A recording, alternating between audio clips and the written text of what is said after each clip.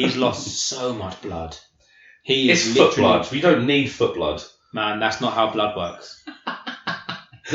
All right, it looks like foot blood.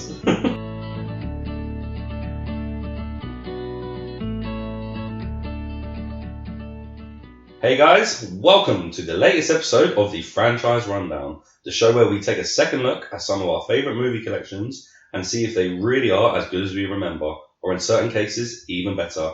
We're going to go through sequels and trilogies and mammoth movie marathons and give you our very own rundown. I'm one of your hosts, Charlie, and joining me is my co-host, Wayne. Wayne, how the devil are you? How the devil are you? I'm great. Excited to get into this. I'm a little bit sad to see the back end of the MCU for now. Yeah, that was our first, sixth podcast? Mm-hmm. So all we've ever known is the MCU with our podcasting career. Yes. So this was a bit different. Yeah, had quite a few people getting in touch, just checking if we were going to come back to it. A lot of people are surprised we didn't go the whole way through, but I think the way that they're positioned or the way that they're put out makes it easier to jump in and out at different phases. So yeah, excited to try something different and come back to that at a later date, perhaps. Yeah, and as well, I didn't want to just be a Marvel podcast. Yes, I wanted to be with a franchise rundown, but not the Marvel rundown. So I agree. So with that in mind, what movie are we doing, or what franchise are we starting today? We are doing Die Hard. Die Hard! Die Hard! I'm already going to be biased about this film. This is one of my favourite films of all time. I'm not surprised to hear that. It was made and released 3 years before I was born, and it's still always been up there.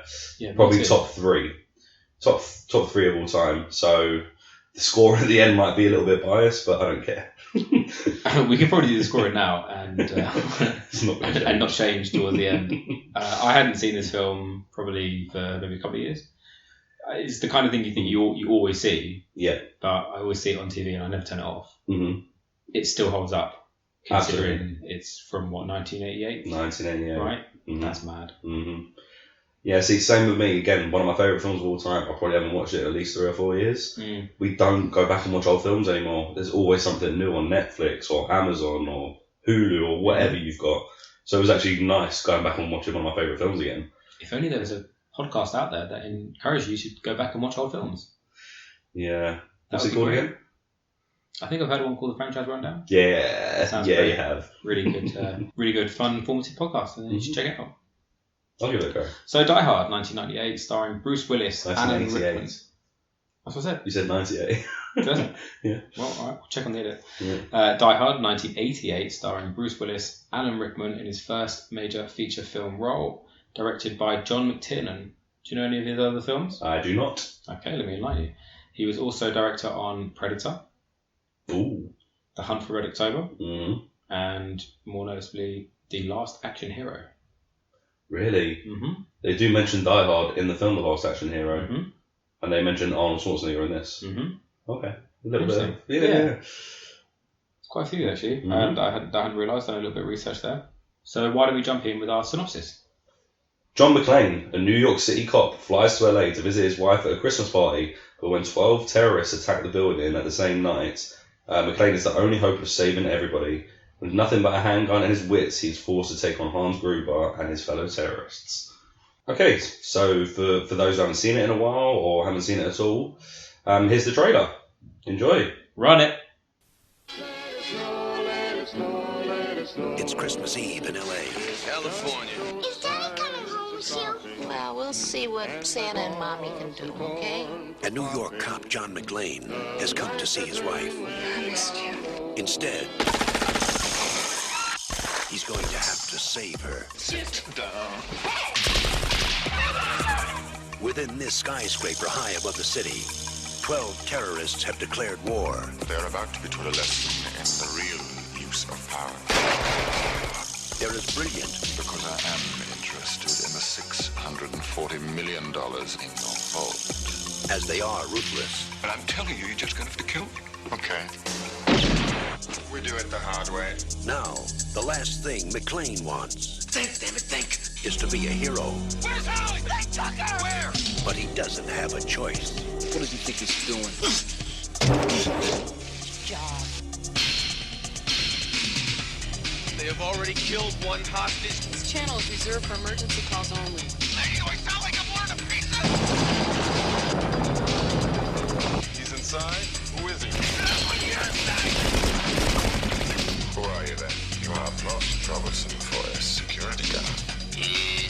strange wrong guess, huh? Would you like to go for double jeopardy? Do you really think you have a chance against our sadistic cowboy? Yippee-Ki-Yay, mother. You just destroyed a building. And I am in charge of this situation. I got some bad news for you. From up here, it doesn't look like you're in charge of Jack. He is alone, he is tired, and he hasn't seen diddly squat from anybody down here. Hey, pal, how you feeling? All things being equal, I'd rather be in Philadelphia. And you'll have it. Only John can drive somebody that crazy. He's an easy guy to like. Come out to the coast, we'll get together, have a few laughs. And a hard man to kill. Bruce Willis. Die Hard. Got invited to the Christmas party by mistake. Who knew?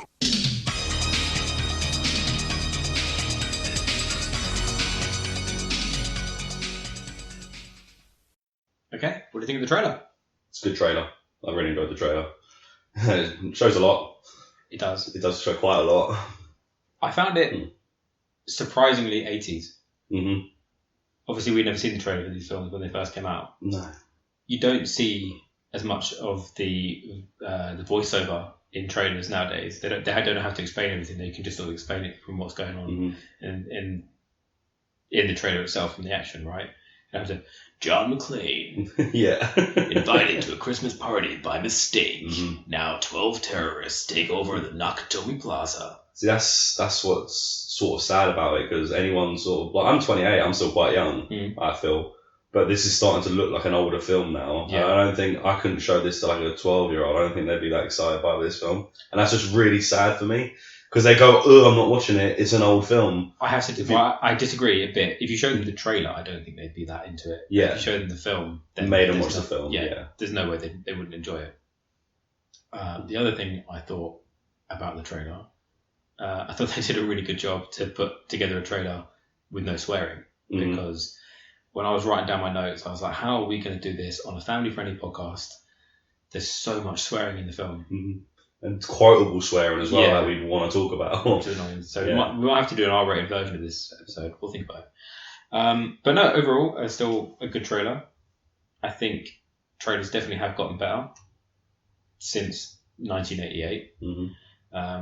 I can't remember the last time I've seen a trailer with that heavy voiceover. I'm trying to think, it's the last thing you know of it now is like X Factor, right? Yeah, it's stereotypical trailer. Yeah. This summer, coming to a theater near you. Die Hard. PG-13. But alright, so let's get into it. So the film starts, and the first thing I've noted down is the first image that you see is the wedding room. While he's on the plane. While he's on the plane. So that immediately lets you know, married man, family man.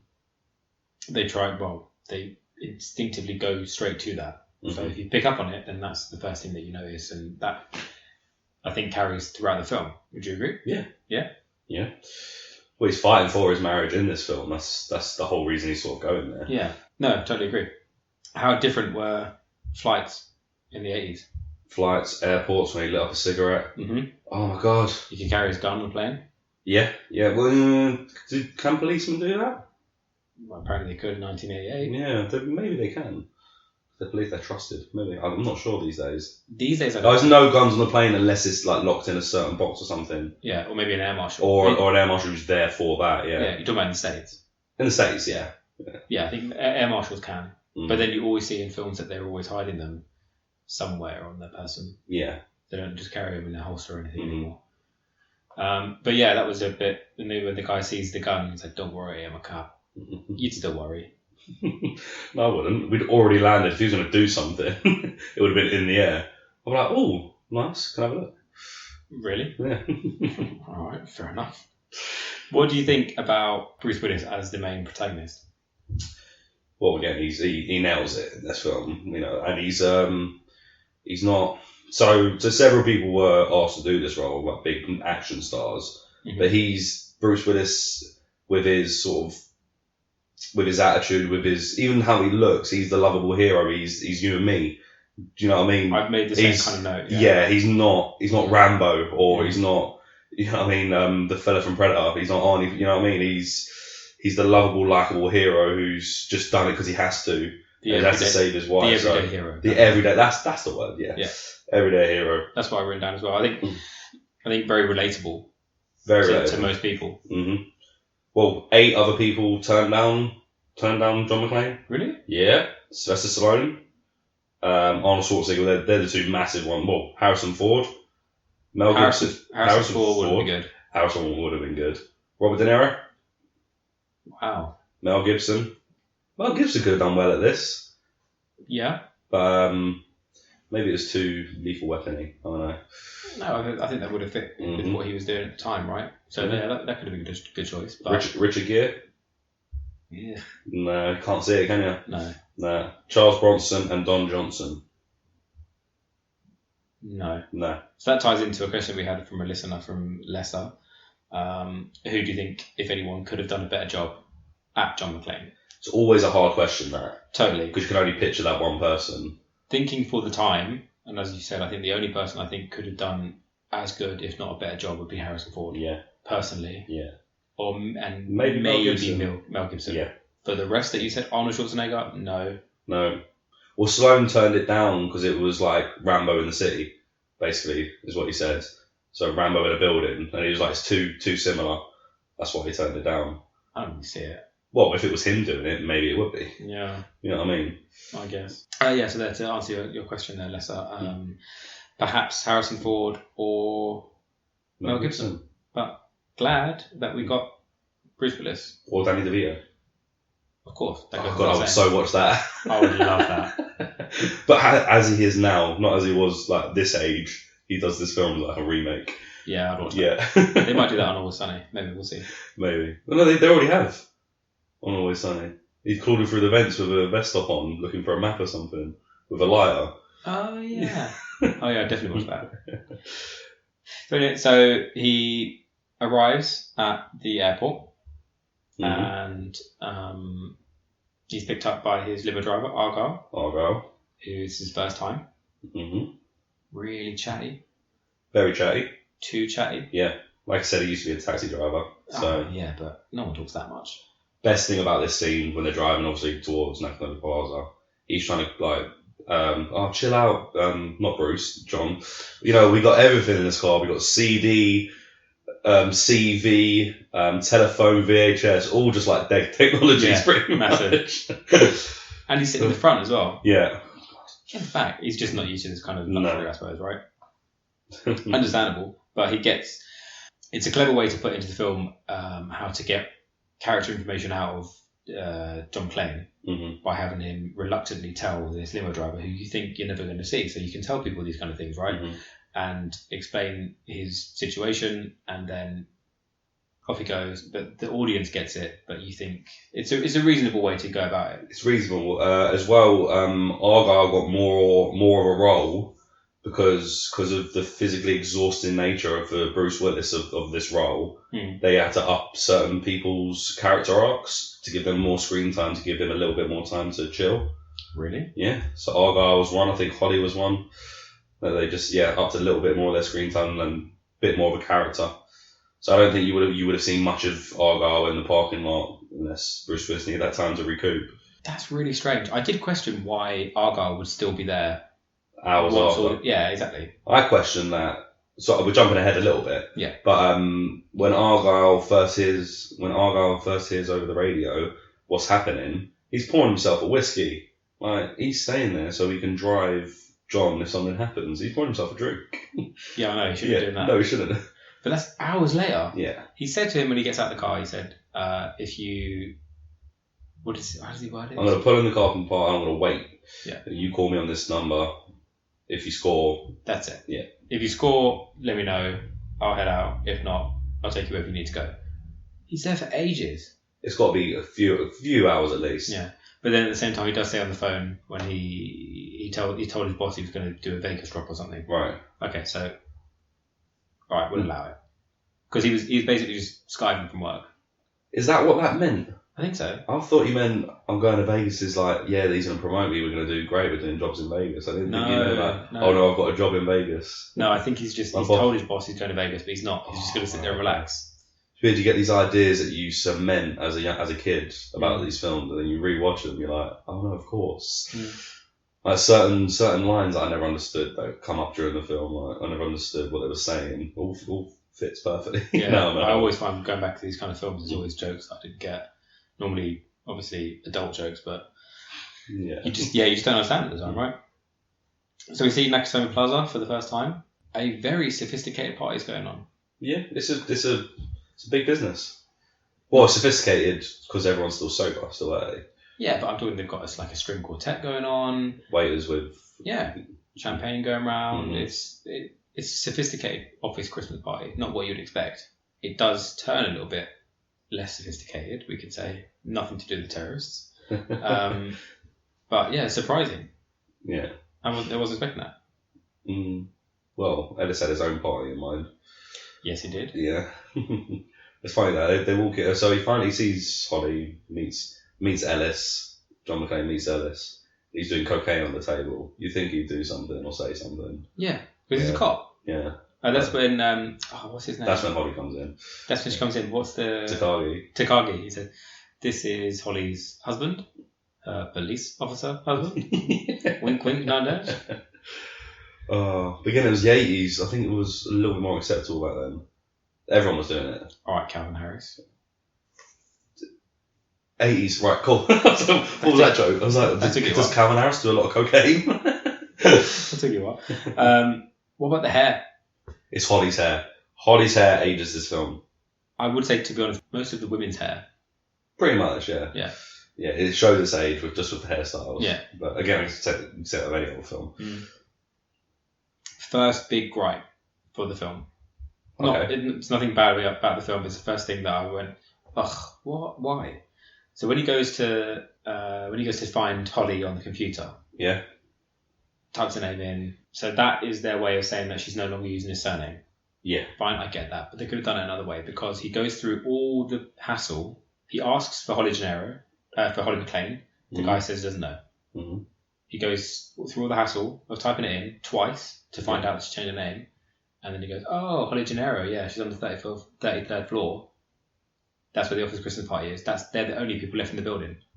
Why wouldn't you just say that? Holly Gennaro, well, he didn't know who he was looking for, and that might log you in and log you out. So if he'd pressed John Smith and he's not in the building, he'd have gone, no, he's already left for the day. They're still logged in as being there. No, because it didn't show that. The security guard knew that the only people left in the building were on the 33rd floor having the Christmas party. Yeah. If this guy is coming to look for someone, he must know that they have to be on the 33rd floor at the Christmas party. Well, no, because not the whole building's at the Christmas party. If he's typed in, like I said, like a John Smith who's left, and the computer would say, no, this person swiped out. No. Yes. No. Yes, I got you there. No, we're going to disagree. Fine, moving on. Right, so while John McClane changes his clothes, the party is disrupted by the arrival of ex-West German radical Hans Gruber and his team.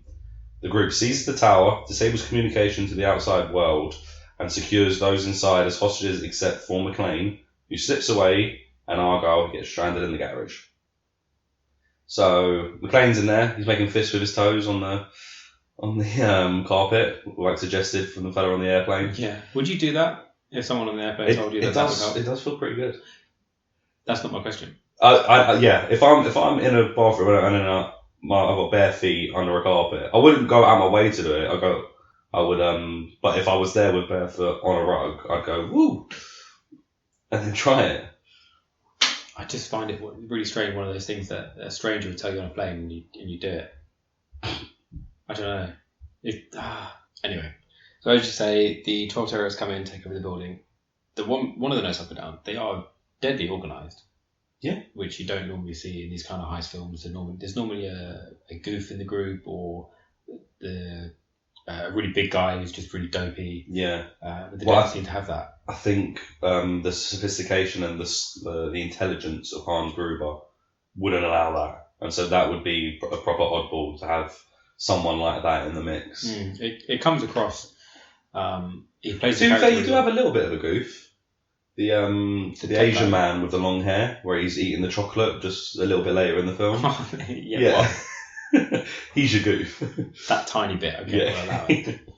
Was it? Oh, he's eating a Hershey bar, right? Hershey bars, yeah. Do you know that Hershey's chocolate is disgusting? Yes. Yes. But Hershey's chocolate does not meet the legal requirements of cocoa to be sold in the UK as a chocolate bar. Is that why we don't sell them? Yes. We do sell one now. It's like a white one we sell. So that's the cookie one. They've obviously made that for us. Yeah, but the original Hershey's chocolate bar. No way. So American candy is so much less sweet than what we're used to. Yeah. They always say American chocolate is disgusting. Yeah. Yeah, and I remember it's like the cheap chocolate we get at Christmas with little chocolate coins and stuff, but worse. Yeah, it was never good. Yeah. And then that's why they charge so much for our Galaxies and our Mars bars over there. They love them, but you can only get them in certain places, and they're very expensive. Yeah.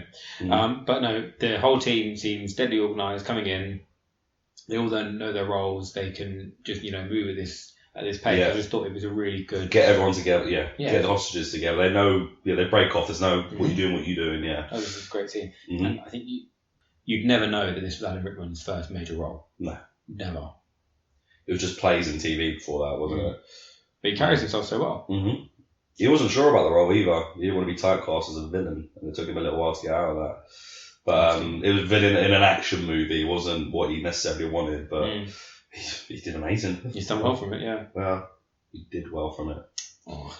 Yeah, sorry if I just put a real down on the podcast. He did. Yeah. So, most of the team are German, West German, it says here. Well, not in real life. I think one of them was German. And then you've got Russians. Ironically, Bruce Willis is more German than the people that are going for him, than the terrorists. What? He was born in Germany. His mother was German. His dad was American. Well, there you go. But none of them are German. I think like one or two is like most of them are American. I'm pretty sure that one of them was actually an Italian football player. One with the ponytail? No. No, I think it's the one. One with the curly short hair. I think Pele. So. Yeah. Did I get that right? No, he's Brazil. Oh, my God. No, wait, not Pele. What's the fella that handed the one? Maradona, yeah. The Argentinian. You're having a storm here. No, I think it's the guy who's shooting through the table. Okay. I think, but I'll confirm that. If I'm wrong, I'll come back and change it. Interesting. Who's he meant to be? What do you mean? What football player? Oh, I don't know. Oh, you just think he's a football player? Okay. No. I read this somewhere. Okay. This is a totally great. I know nothing about football, so if you've gone, he's a football player, you might have recognised him. Oh yeah, it's Totti. That's not a name. In the bit when they're taking over the place, so they take over the security station downstairs. First of all, they kill the first security guard, and then there's one more security guard who's just sort of patrolling around. Why doesn't he just pop out and shoot him? Why has he got to throw that little disc first when you already had the element of surprise? Because it's cool. But to be fair, I wish they hadn't done that, because when the disc blows off and you see that security guard, his acting's not very good there. No, it's not. His arms are up. What's happening? It's not great acting. And then he just gets shot straight away. Yeah.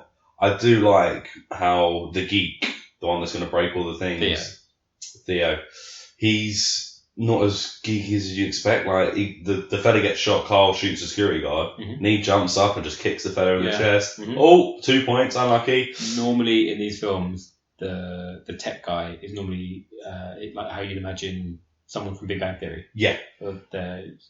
Someone's potentially roped into it. Yeah. But no, this guy, doesn't care. But this guy knows what he's there for, and he's happy to do it. And he's, I'd say, one of the bigger comic relief bits of the film. To be fair, go Theo, we like him. I've got one more gripe about their takeover. Yeah. You might even be able to guess it. So when one of the guys is going to, I think he's taking over the phone lines for some reason. He's got to plug them all into different things for this plan to work. I wrote this down as well. And then, just as he's about to finish, his mate or his brother comes along. It's Carl. With the chainsaw. With a chainsaw. Why has he got a chainsaw?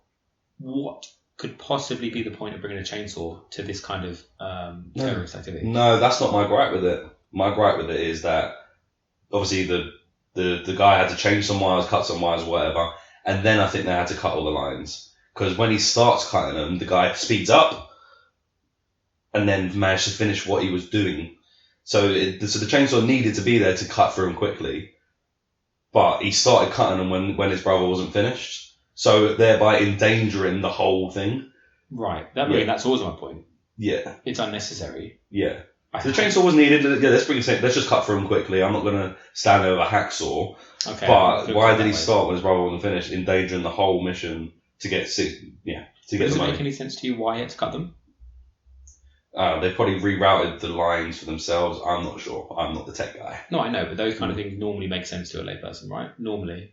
When you see these kind of things in film, you're like, okay, I can, even though you don't understand about hacking. I understand the cutting them, because all the phone lines go dead after that. I don't understand what the other guy was doing, because they don't actually use phones after that. They use CB radios. Yeah. So there was no need for him to be doing any work underneath, unless it's like a fail safe that calls the police or something like that. Interesting. Okay, so then no, you're right. It's the same kind of thing you said earlier on, where you know something to be one thing, but actually you see it from a different perspective. No, interesting. Yeah. Cool. Okay.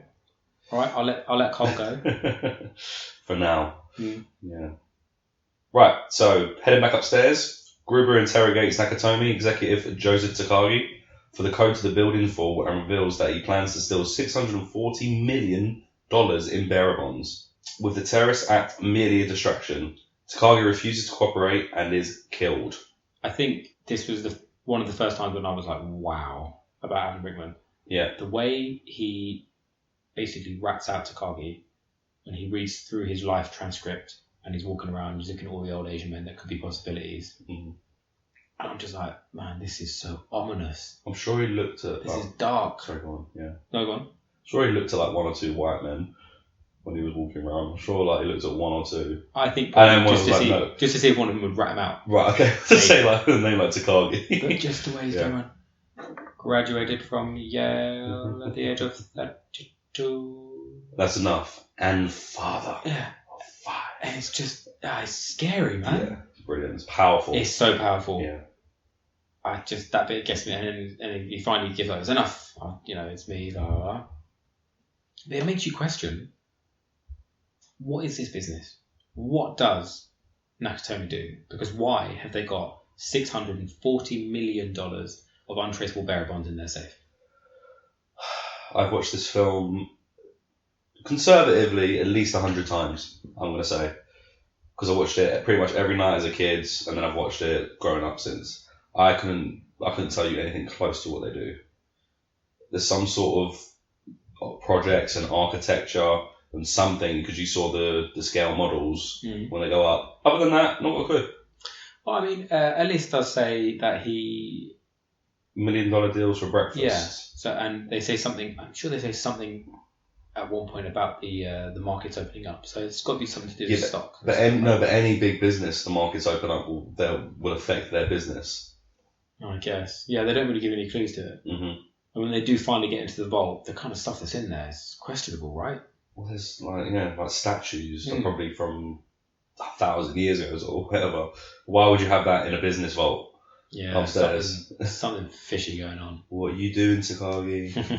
Who are you involved with? You can't tell us because your brains are on the floor. Spoilers. I've already said that he gets killed a minute ago. So I refuse to cooperate and is killed. Fair enough. Okay. Yeah. So that's the first notable death. Those were just security guards and then just bang to the head. Mm-hmm. This is where Bruce Willis nearly gets caught. Makes a little noise, shuffles away, runs upstairs, and we get his first sort of moment, what I sort of call like a John McClane moment, of him talking to himself. Yeah. Why didn't you help him? Because then you'd be dead too. It's brilliant. It's kind of...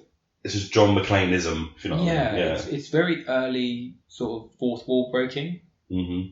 It's not quite on the level of what you know from, like, say, Deadpool, but it was, I think, quite unusual at the time. It's still not that widely used in cinema now to have the main character speaking to themselves in a way that would be completely natural to speak to an audience. Yeah, to have dialogue when you're in a scene on your own. Yeah. You very rarely see it. Mm. And I think it must be hard to write without coming across as just talking to themselves, looking a bit insane. But they do it really well. I agree. So he's talking to himself, sees a fire alarm panel, realises how he can get someone here, someone with flashing lights, pulls it. This helps them locate where he is and sends one of the terrorists to go find him. They obviously cancel the alarm and they're all good for there. For now, he has a good old fight with this bloke. He says, just as he pulls a gun on him, he says, "You're not going to shoot me, you're a policeman. There are rules for policemen."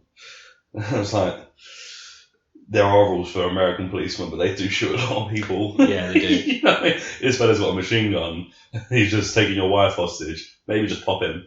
And you know that they've killed the CEO. Yeah. I think he's going to be alright. Yeah. He's still the good guy, though. Yeah. Okay, so he could just do that, but yeah. No, he kills a lot, though. Yeah, but he does off when he has to. There's a high body count. So we know there's 12 terrorists, right? It's 12, isn't it? And none of them make it out alive. Do they? Yeah. So the geek only gets knocked out. Okay. Towards the end, just before the last scene, when he, spoilers, has to tape, he knocks one person out because he's only got 2 bullets. That person would have survived. Okay, fair enough. And Hans Gruber, if he went really soft and landed correctly. I don't think that happened though. So I think that his aim for the bushes. So his death count is at 10. So I think it might be in the single digits. That's a pretty wild Christmas party. Yeah.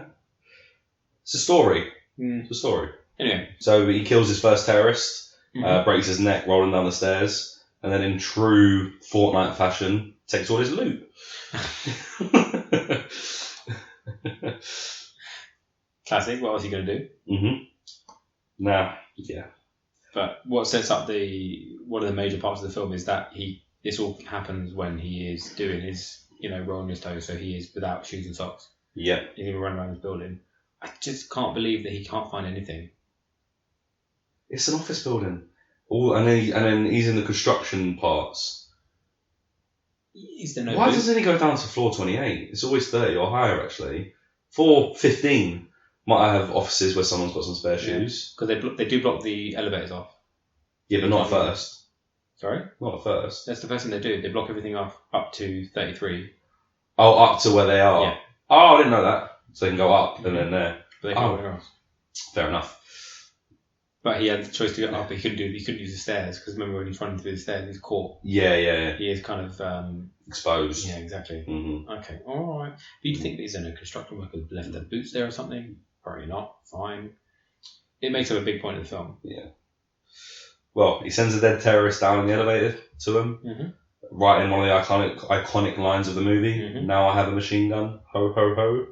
Do you think he would have been better off not doing that? Not exposing himself? No, because he's going to be exposed anyway because this guy's not going to turn up. And they're going to send people to find him. At least this way they've got him and they still don't sort of know where he is or where he's been. And then they're not going to send a party. They might send a party for him, but they're not just going to send it. Oh, actually, I don't know. Don't listen to me. Yes, I agree with you. After all that. Because when you think about it, would it not be better or more prudent to just play it safe, play it discreet? Give yourself more time. Exactly. Yeah. To be fair, he did die by rolling down the stairs. Like maybe he just slipped. I'd put some oil or some printer ink on the stairs and on his foot. What about his loot? That's fair. And that was Carl's brother, right? That was Carl's brother. That's why he goes mental. Yeah. And he does the classic thing of writing down the names of people that he's learned on his arm. How many times have we seen that rehashed? Yeah. In Die Hard. Brooklyn Nine-Nine. Yeah. What's it called? In homages kind of thing, right? Homage. Anytime anyone does anything like that, they always write down the names on the arm. And they're always in an air duct kind of thing. But I think it's got to be kind of, I don't want to go crazy, but it did kind of redefine the action genre because so many films have not copied it, but so many films have taken inspiration from it, and there's so many similarities between so many action films. and you can see loads of things that hark back to this, I feel. Yeah. That's quite Die Hardy. I thought before this, it was all your big tough guys. It was all your Arnies and your Schwarzeneggers, and you know what I mean? Mm-hmm. That's all it was. I'm sure there are exceptions, but yeah, I feel after this opened it up to everyone the action genre, Mm-hmm. and not just the big guys. Mm-hmm. You see so many more films now where it's just like your average dad. It might not be a mega action film, but it's your average dad rising to the occasion, Being the hero, saving the family. I get it. I think they've done well from that. But yeah, you're right. He's got his classic line. Now I have a machine gun. Ho ho ho. Obviously, it's a Christmas party, so it's leading to that. I'm trying not to go too early on with my feelings on whether or not this is a Christmas film. We'll get to that at the end. We had many questions about that. We've written down some notes, but I don't want to interject it just now, so we'll save that to the end. We'll come back to it. Yeah, we'll come back to that one. Right, so when Fortnite looting Tony, his name was, he gets his weapon, gets a lighter, some cigarettes, sees his ID, and he also gets a radio, which he then uses to alert the LAPD. That's a good scene where they don't believe him, where he's on the roof trying to talk to him. Yeah. And she's going, excuse me, this is for emergencies only. He's like, does it sound like I'm ordering a pizza? I love that scene. Yeah. What is wrong with them? Yeah. That is negligence. Massive, right? Yeah. I hope they get sacked. They should have got sacked. He was on film. Could have saved a life. They could have saved loads of lives. Mm-hmm. But that was it's so annoying. You can really understand his frustration. Yeah. Yeah. I was like, this is actually a violation using this line. All right, report me. Yeah. Come down here and arrest me. Do whatever you just want. Come here. Just send police here. Just say anything. Whatever happens, just get police there, and then they just get one squad car. Yeah, Sergeant Al. Yeah. Who's buying Twinkies at the time. Of course he is. I love the guy. But that is not good police work. No. It's awful. They've already had a fire alarm. I think they've done enough to not get in trouble. They sent someone. That's all they had to do. Just about. And he was almost going to drive away as well. Yeah. Very close to. Yeah. So Al turns up. The security guy lets him in. I found this interesting because this is obviously an American actor doing a German accent, and then he's trying to do an American accent over a German accent. So when he goes down to watch the football he's watching, he goes, "Oh no, I got $20 on these." It just sounds like he's putting it on, but he is and he isn't. If you know what I mean, it's like a weird circle. You've totally lost me. The guy who's at the desk, he's one of the bad guys, obviously. Right. So German. Okay. But he's not a German actor. Okay. He's an American actor. So when he speaks to Al, he's doing an American accent, but there's a little twinge that says it's not a proper American accent, so he's trying to do a fake American accent as a German. If you know what I mean. It seems so complicated. I didn't pick up on that. Yeah. I think that's just you in your head. Maybe it's just me, but yeah, it's just the way he talks about the football one. The way he talks about the football one. Oh, I've got $20 on this. It's just, it's like forced Americanism. I know the line you're talking about. I just don't think that happened. I've watched this film over 100 times. Definitely. All right. Okay. So you think that he was given the indication from the director? Yeah. What I want you to do. I know you're from Chicago, but you're not. You're actually from Cologne. And I want you to be putting on an American accent. So he's putting a German accent and putting on an American accent. Mm-hmm. Forget your original American accent. Yeah, that's exactly what happened. Method actor. That's more than Daniel Day-Lewis does. That's wild. Yeah. And do you know what? I'm going to let you have it. Thank you. Don't agree with it. Mm-hmm. But I can see the look in your face that you've been working on that one for a while. I'll let you go with it. Fine. It just came to me. I don't know about. Okay. Al's in the building. Gruber sends Heinrich and Marco to stop McClane, who McClane ends up winning that battle. Shoots one of them as soon as he comes in and shoots one through the table. So that Marco, that's the footballer. That's the one through the table. He shoots through the table. I will. Heinrich and Marco. I'll find out his name. I'll post it along with the with everything else. But that guy, how stupid is Marco? But the blonde bloke who runs in. No, the one on the table. Oh, right, where he's reloading. Yeah. Come on. That is just giving it away. And this, I think, I know he's had a couple of fights and everything like that, but ladies and gentlemen, welcome back to our favourite segment. How many times our hero should have died? This is number one. He should not have made it out from under that table because he should have been killed. Yeah. That is just from the ineptitude of Marco. Absolutely. That is awful. Bullets clearly go through the table. Yeah, he should be dead. Yeah, it should have shot through the No table. way he should be alive. It's one of them ones, it's the cockiness of the bad guy. Usually gets him killed. Yeah, but then this sort of leads away from what we were saying, or what I was saying earlier, that they're so well drilled. They look like a really good outfit, but this was just total ineptitude. They should have finished him off nice and easy. They've got machine guns, for goodness sake. Yeah. He shouldn't have been able to get out from under that table. Mm-hmm. So, boo you, Marco. Don't want to say it, but you asked. You for it. deserved it. Yeah. Yeah. You wanted to say it, obviously. I didn't. Well, to be fair, he did deserve it. He gets shot and then he gets his body thrown out of the building onto a police car. So he deserves that as well. Ooh. Yeah. Dark. He's a terrorist. I'm sorry. But Are you sticking up for terrorism? Does Wayne, if I say terrorism, do you say Wayne yes? They're not terrorists. Well, in his eyes, they're No, terrorists. they're not. No, in his eyes, they're not terrorists. Oh, he knows by this point. Does he know by this point? It's a heist? No, he doesn't know. Yeah, so McLean's eyes is a terrorist. Oh, what? So we'll shoot first, ask questions later? Is that the kind of world you want to live in? Yeah. Oh, all right, okay. Yeah. Or America. Ooh. Oh. Ooh, getting political on the show now. I feel like Jeremy Clarkson. Oh, God. So I made a note here that this is not the best plan, and I think that was in reference to how they go about trying to catch John McClane.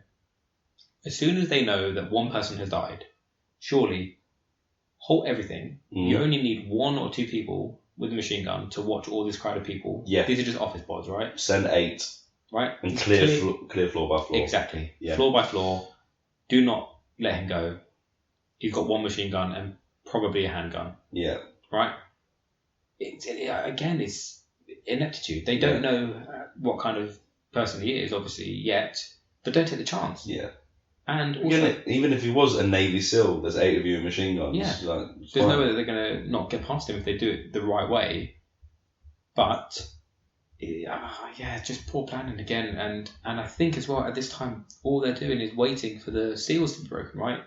They're waiting for the police to be called. This is part of their plan. So they actually have time. Yeah. They don't have to... They know what's coming. Yeah. Like, yeah. There's just certain bits to it that pull away from it. And I suppose that's why he has to get lucky and catch a break and be able to do it. But again, so it goes back to the ineptitude of the police that, what's it, Al. It's like, screw this, I'm going home to my wife. I'm going to get my Twinkies. Yeah. Doesn't investigate any more than the lobby. Mm-hmm. To be fair, if he did, he'd be dead. Mm-hmm. But that's what forces John to throw Marco out the window. You're right. But just how strong is John McClane that he can throw Marco out the window and land him in the car? Even if he got near the car, it would do the same job. But yeah, but he couldn't even get through that window with a chair. Exactly. And then he's got. They didn't show that. They didn't show how he did it, did they? No. He just lands on it. That's ridiculous. Yeah. And then he says another iconic line of the film. Welcome to the party. Welcome to the party, pal. That was a really bad accent. When I was a kid, I thought he said welcome to the party, Al. So how does he know the police officer's name already? Why would you admit that? I'm going to admit something else later when I was a kid. But we'll get to that. Fair. I'm looking at my notes here. I've written down the same thing about 5 times. Police negligence. Yeah. They do not come across good in this film, do they? Okay, well, so we'll get to that in a sec. So McClane steals the C4 and explosives and that. Mm-hmm. This is when they decide, so all the police come, they pot around for a bit and they decide to send SWAT in. Mm-hmm. SWAT is like one of the hardest things to get into. There's a lot of training. Mm-hmm.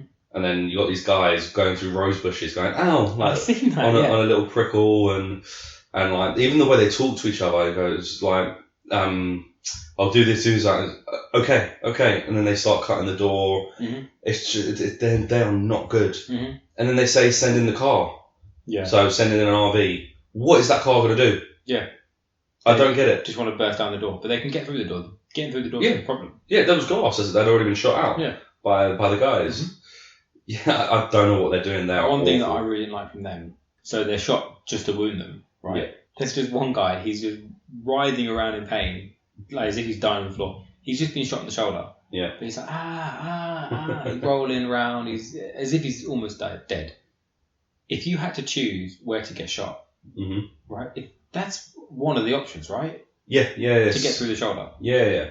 And it's even if it's leg, you get shot, and then it's ow. You usually go into a little bit of a shock, and you get the hell out of there. You don't writhe around in pain. Don't leave yourselves there like fish. No, yeah. Literally back, they could get shot. Anyway, they're still in the line of fire. They are not properly trained SWAT. They are really not. For sure. No. It was like the local SWAT, and they couldn't get the proper ones in. Yeah. If you did have to choose where to be shot, where would it be? Don't say head. What about a grazing of the butt? Like in Bad Boys 2? Bad Boys 2? No, because I like to sit. Okay. What about... It would be somewhere like the foot or the toe. Oh. Because then I could definitely get off work longer. Shoulder, you can walk around, you're still mobile. I think I'd get longer off work if I've been shot in the foot. That is insane. You want to lose a toe to get a couple of weeks off work? Sure. You already get 5 weeks off work anyway. 6. Oh my god. 6 plus your bank holiday days is close to 7. Oh my god. Yeah. No, for me, I think it's going to be the shoulder, or maybe a grazing of like the top of your arm. The shoulder's cool as well. Yeah. You can show someone the scar, and I got shot. Or maybe the palms. Oh. Yeah, the palms would be good, and then you could really scare people. You could hold your hand out and drop a teaser through it. Yeah, like in Community. You could pretend to be Jesus. Yeah, but you'd have to shoot the other one. Yeah, I know. You couldn't just have one. No, I know. I'm half Jesus. No, put your hands in a prayer position, and then someone just shoots you both. Oh god. And it'd be very impersonal stigmata. But then, who's Marta?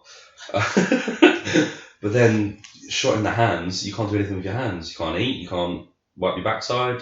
They'll heal. Okay.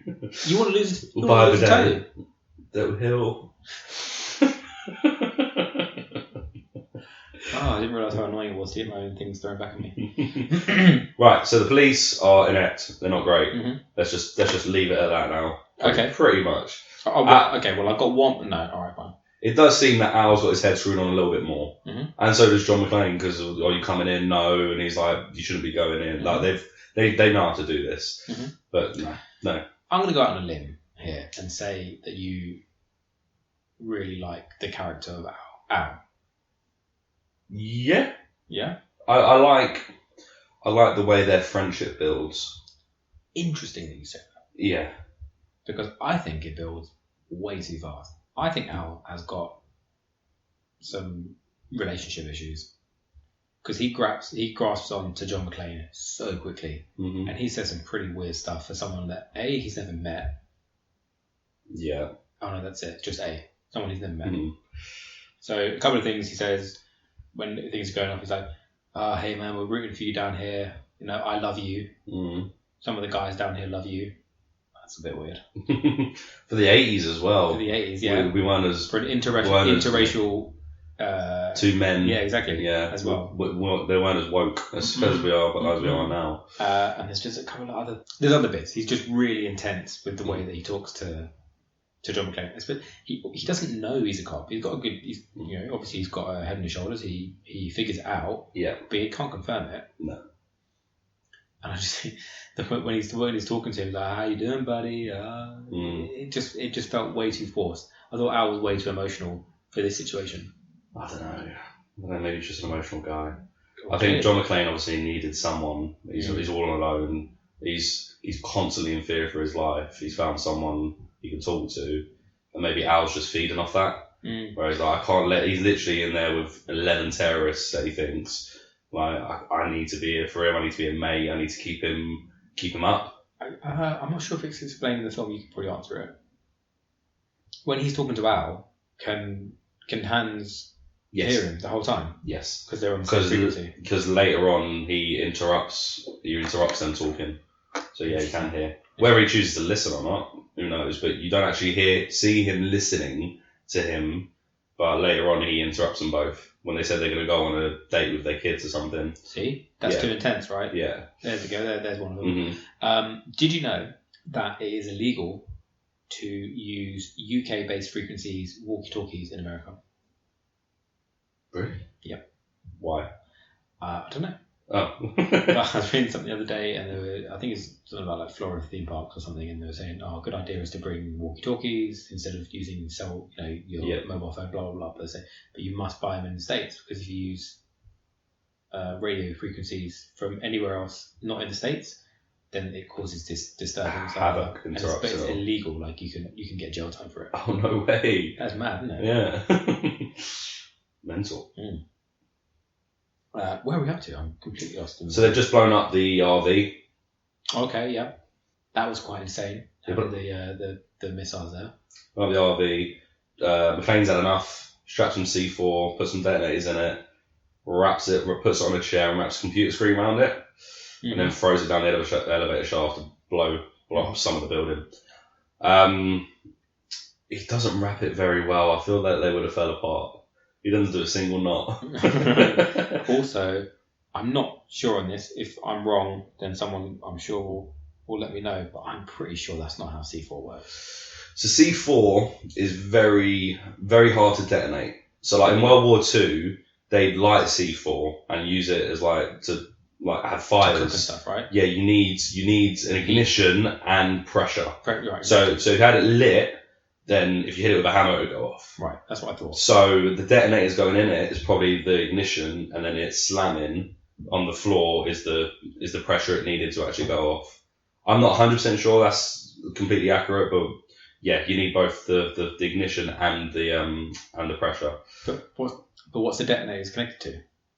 I don't know what they are. That's the bit I don't get. Right. Yeah, because he's not detonating it with a thing, or is it just? I don't know. Is it to spark them? I'm not sure. I even remember, probably not the first time I watched it, but I remember years ago thinking that doesn't seem right. That doesn't seem how that's going to work. No. But that's his plan to save the police, is to almost damage the police to get them to back off. Yeah. Or as well, there's people shooting at them from the lobby and from the lower thing, so he throws it down there, they're going to blow up. Oh, he gets a few of them actually, doesn't he? Yeah, he does, yeah.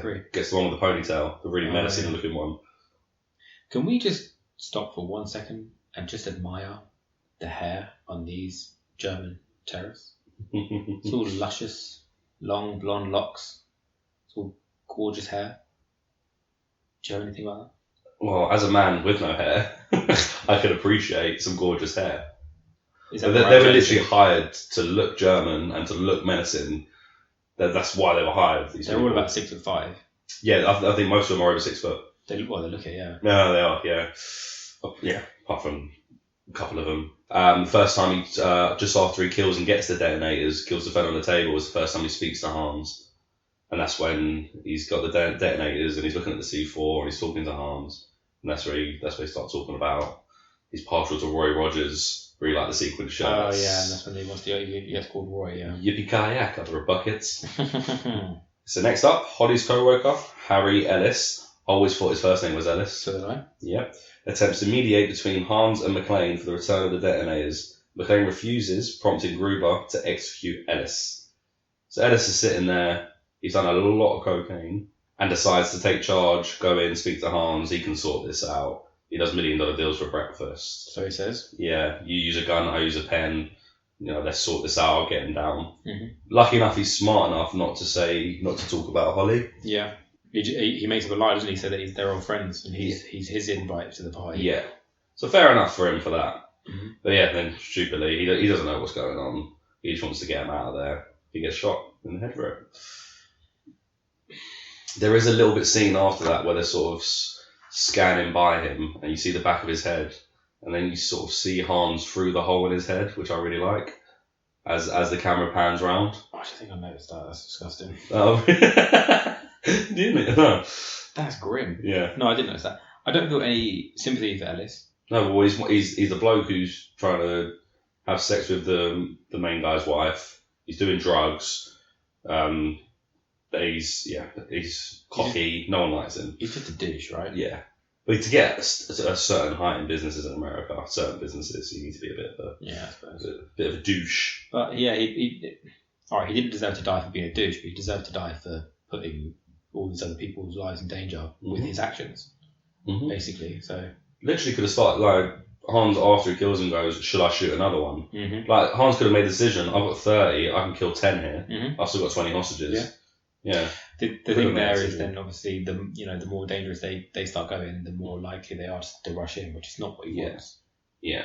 But I will say that the character is quite reasonable with especially with the requests of people when they're coming in. So when Holly comes in to ask for to see if the pregnant lady can go to an office for a sofa, he's like, no, but I'll bring a sofa out to you. That's reasonable. It's very reasonable, and I made a note how reasonable he was being. But later on in the film, he plans to blow all these people up, including the pregnant lady. Mm-hmm. What does he care if she's sitting on a sofa or not when he's planning to kill them all? Mm. You know what I mean? Yeah, it's quite backwards, isn't it? Yeah. That's another thing I was like, he plans to kill all the hostages, question mark, what? Mm-hmm. He'd have no remorse of killing, how many's there, 30 people? Yeah. That's insane. About 30 odd. And all of them, not one of the group had any issue with doing that. Mm-hmm. They're all down to plan. So they're all totally fine with killing 30 innocent people. So we're all going to get 80 million each at least. Yeah, you know what I mean? know, but where you, at times, you can kind of sympathise with them, it's a good plan, they're not hurting that many people, they're doing it quick, succinctly, it's very smart, everything's planned out, there's contingency plans for everything that's going to happen. Mm-hmm. But then at the end, they're happy and willing to let 30 people die. It's quite insane. It's insane, but these people were really handpicked to not care about this kind of stuff. I guess, yeah. Yeah. Fair enough. Why is Argyle still there? He's having a good time. He's got a CD, he's got a VHS. He's got a CB radio. Imagine if I rang you, do you want to come over and listen to some CDs and watch some VHSs now? Do you want to come over and watch a VHS in my limo? My first day. Yeah. How brazen of him to Skype on his first day. Yeah. It's obviously a job he's getting more money at than like he's stepped up in the world. Yeah, of course. The first day, you do your job properly. Right. Yeah, you learn where you can cut corners. On his first day, he gets I think this is probably his first pickup, right? And instead of carrying on doing what he's supposed to be doing, he lies that he's going to go to Vegas and then just sits there and drinks and then plans on driving. Yeah. Argyle, lovable fool. Well, we love you. So one massive bit we have missed is the the air ducts that he's crawling through, where he's getting away from car. Of course, yes. So he's backed in a corner. He sees the air ducts. He gets the little strap off of his machine gun to climb down it to go through a different air duct. I would have just let him kill me. I would not be going into that thing on a little strap. You'd never mess with that. No, I don't have the upper body strength anyway. No one does. He definitely doesn't. You're looking at him. No way. Sorry. Again, adrenaline, your life's on the line. You can pull things out of the bag a bit more. I know, but this is number 2 of how many times he should have died, man. There's no way. It's where he missed the first one. Dropped another level. Yeah, and caught an edge. And how sweaty would his hands be? There's no way. It's completely unrealistic that he would have any chance of catching on and then being able to pick himself up. Yeah, so you crawl through a tiny hole. You can't even get your leg up to help you. It's all arms. And you haven't even got any shoes on for traction. Mm-hmm. Yeah. And also, you think he's dropped 1, missed 1, 2, then there's a gap because it's on the other side. So he's fallen 3 stories, right? Mm-hmm. And then caught on.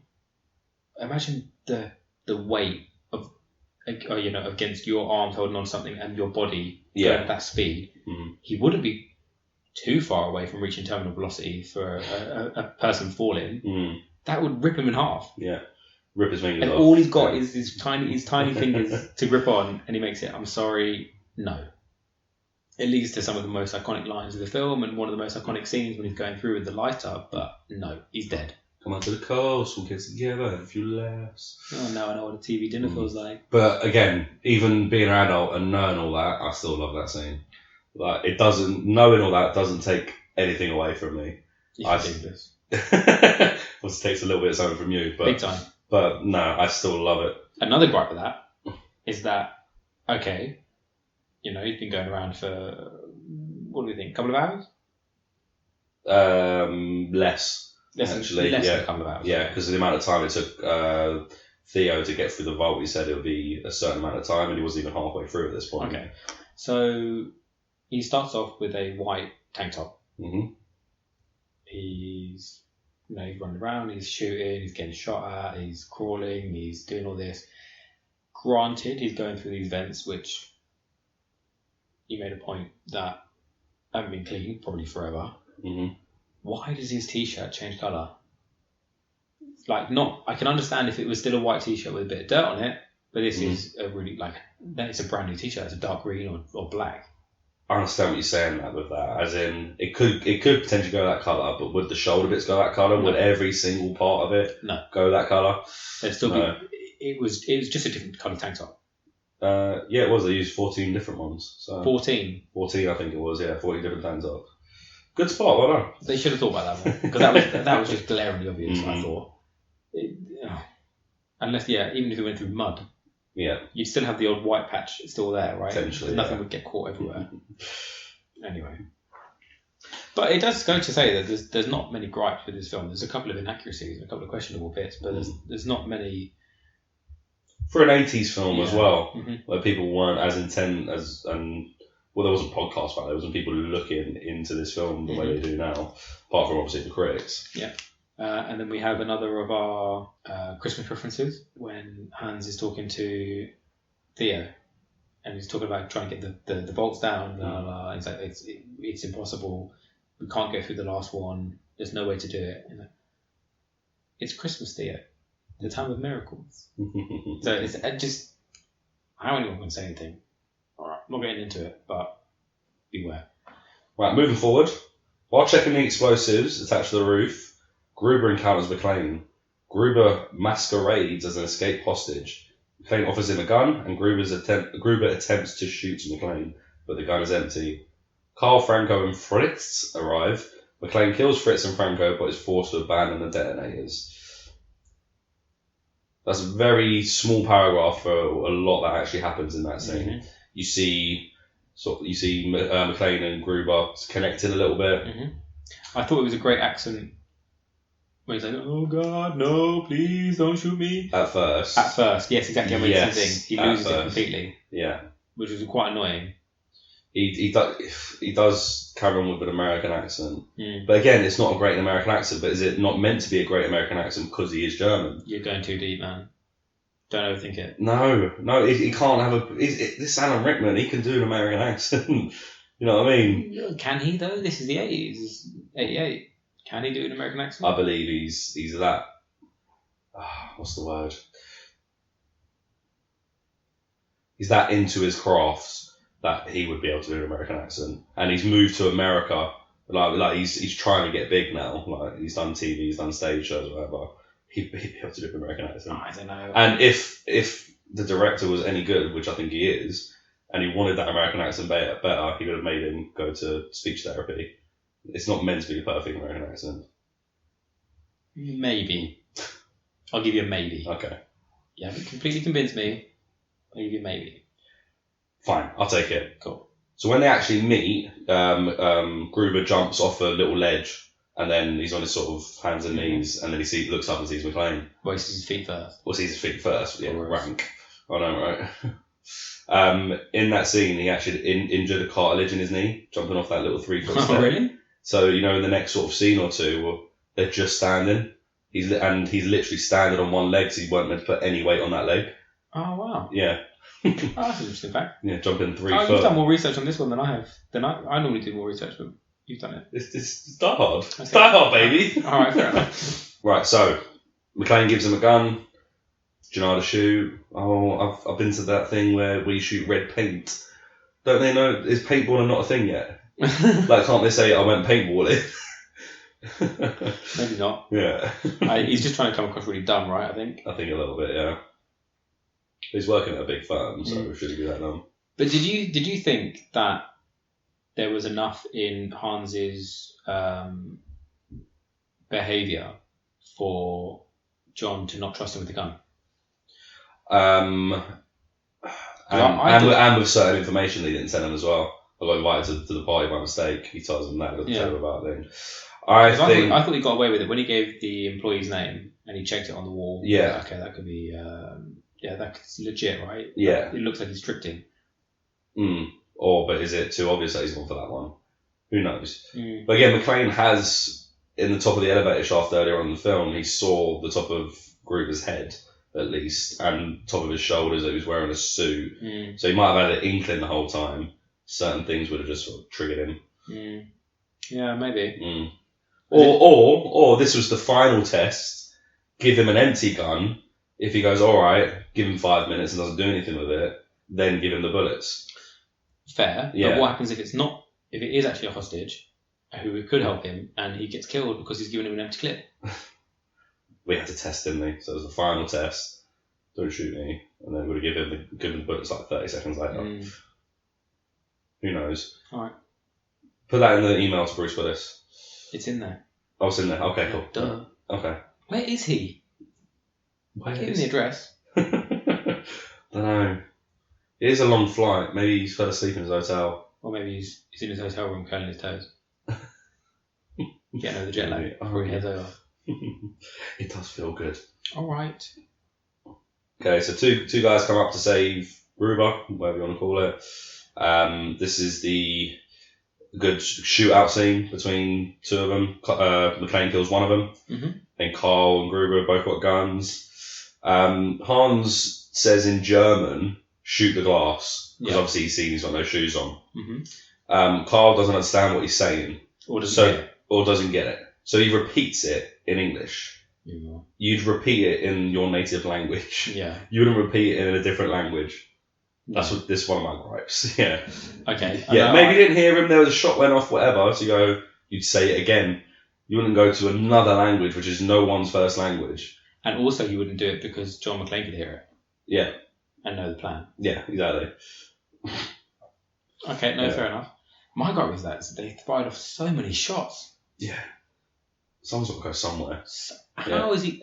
Alright, this wasn't even in the notes, but I'm putting this one in, that John McClane should have died, number 3. Because there's no way anyone can avoid all of those bullets. And it's not like he's hiding behind a steel plate. He was lying down. Yeah, come on. But they were shooting quite wild. They were shooting quite erratic with their shooting, so they're going all over the place. How would nothing hit him? Maybe a ricochet. But that leads directly into how John McClane should have died, number 4. Because he obviously gets caught. Infection. He's walking on the glass. Infection is not infection. Are you sure? Yes, okay. It's my notes, okay? Okay. He's lost so much blood. It's foot blood. We don't need foot blood. Man, that's not how blood works. All right, it looks like foot blood. He is literally dragging his foot along and he is he's pumping blood. He'd be dead. It'd be pumping quite a lot more because of the adrenaline and his heart's pumping. When he calmed down a little bit, it'd pump out a little bit less. Also, it's at a low point of the body. Yeah. Makes sense. But that would mean that he'd drain more. Yeah. But I know it looks like a lot, but in the amount of blood we actually have in us, it's not that much. He does get a bit tired and a bit woozy after that. Do he? So he wraps up his foot, yeah, doesn't he? And then he's talking to Al, and he says, "I'm getting a bad feeling about this," and starts crying. And when he's talking, it's like, sort of like, oh god. And then he starts talking to Al. I don't think they pushed out on that enough because probably not. He definitely lost enough blood for me to at least pass out. Some people are harder than others. You've got a plastic bag, right? Like imagine like a bag that you put a goldfish in from a fair. If you pierce a hole at the top, yeah, you'd lose a tiny bit of water. If you pierce a hole at the bottom, you can lose all the water. We are not a plastic bag. We are a plastic bag. We are not a plastic bag. We are a plastic bag. We are not. We are a plastic bag. If you're walking around, fill that plastic bag with about 400 tubes, and then do you think the water would come out of every single tube? No. If there's a hole in the bottom, it's going to empty.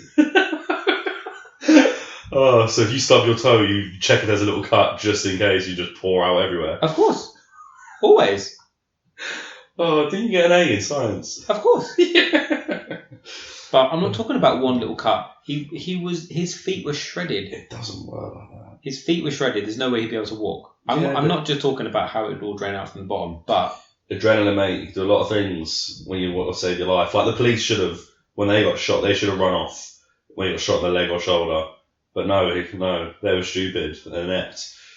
I feel like you think you're winning a lot of these arguments because it's Die Hard, but in reality, you're not. In reality, you've just compared a human to a plastic bag. I win in the goldfish as bag. soon as... Is it made of plastic? Yes. Yes, okay. So you just lost everything right there. No, I think a lot of people are going to agree with me. But lucky you were in your house, so I would throw you out now. Anyway, the ensuing fight with what comes a little bit later with is it Carl? Carl. You just know the whole way through the film. This is one of, I would say, not many things that are completely predictable about the film. You just know it's coming down to a fist fight. Yeah, them two are going to battle. All the shooting, everything out, you know it's coming down to that. Mm-hmm. There's never a doubt. And it's not bad. It's such a gritty, like, it's not a fight where bang, bang, whatever, I'm landing great punches. Yeah. It's so gritty. It's so what we do if we're really angry and we're trying to win, and you know what I mean? Yeah. It's not All out. It's not a professional. One thing that struck me was there was a hell of a lot of kicking. Yeah, okay. Way more kicking than I think you'd get in a normal fight. Yeah. Right? But then your feet are powerful. Yeah, no, I know. Well, his aren't at the moment. But Right. you've got two over 6 foot guys, kicking each other in the head. Yeah. I'm not going to put this in as one of the times he should have died, but he should have been seriously injured from a couple of those kicks at least. Anyway, I'm sorry, I've got ahead of myself on the whole car fight. Anyway, Right, so McClane's lost the detonators and the C4. FBI agents take command of the siege, ordering the building's power to shut off. This is, as Gruber obviously anticipated, disables the vault's final lock. Gruber demands a helicopter on the rooftop for transport to the Los Angeles airport, but the FBI prepare to double-cross him by sending 2 helicopter gunships. So the first stupid thing about the FBI agents is that they're both called Johnson. Yeah. Okay. Just weird. It's just a little comedy, little thing in it. You know what I mean? It's not too much thought that's gone into it. But yeah, I don't mind it. Yeah. It's a normal name. I guess. I think I minded it more on this final watching rather than before, but never got me. But the second thing, so they are there. They're at this command center, ready. They have to be there, right? They're leading the hostage situation. Yeah. But then when the gunship comes in, they're on it. Flies in from quite a while away. Flies in from quite a while away. You're exactly right. Okay, I never thought about that. Never thought about. I knew never that, thought right? about that. So what happened? Did they drive out to the helicopter? Yeah. To get picked up by the helicopter to come back in? Well, they would have had to because they couldn't pick them up close because they obviously didn't want to see their gunships. Exactly. But that's a bit of time there. Why have them two got to be on it? 'Cause I guess, you're right. It's a bit of an inaccuracy, I think. That's weird, isn't it? I only called that on this time. That was very strange. So anyway, so they go up to the roof. Then this is where we learn that the plan all along was to kill all the hostages and make it look like all of the terrorists had died as well, while they would escape. Yeah. It's a very clever plan. Yeah, something's happened. Oh no, well, what's happened? They just sneak out the back. Yeah, and it would take them so long to figure out who was who that they'd be on a beat somewhere only 5%, which is another good line. What's that? Sorry. They'd be on a beach somewhere where Yeah. they're earning 5%. Earning 20%. Earning 20%. Okay, 20%, sorry. yeah. Forgive me. It is a good plan. It's just so savage. Yeah. Unexpected because you just don't get that kind of vibe, I think, from Hans. No, Personally. he does what he has to do. He's an expert. He's a criminal expert. This is for 640 mil. Yeah. What would people do for 640 mil? Well, only 80 mil for him. Anyway. Yeah. Well, actually, it's going to be... That'd be less than 80. Yeah, it'd be more. If you still had all the terrorists, Yeah, it'd be going up. it'd be more now. So it's around about this point when he's also found out that Holly is McClane's wife, right? Yeah. Well, Richard Thornburg puts Holly's kids on TV, and you just see her face. I think that's what gives it away. Yeah, puts her kids on TV. Thanks for that. Yeah. Yes. Your mum and daddy are very important people. That's what they say, and that's where he figures it out. Yeah. But how deep was that guy to go to the house and to get the kids on TV by threatening the nanny? The nanny with immigration. Yeah, that's crazy. Reporters, mate, savage. Anything for the story. Yeah. That guy's such a tool. Okay, so they found out about Holly, and then he sends everyone up to the roof apart from him and Holly. Mm-hmm. I love how he asked the other woman where Holly is, and she's, "Where's Holly?"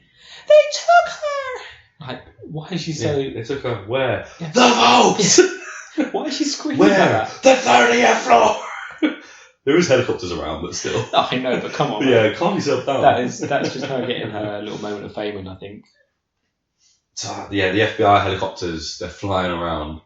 They've said in there they're okay with losing to 20 to 25% of the hostages. Mm-hmm. So that's between, 6 and 8 people? Mm-hmm. When did that become acceptable for FBI to Yeah, do? I know.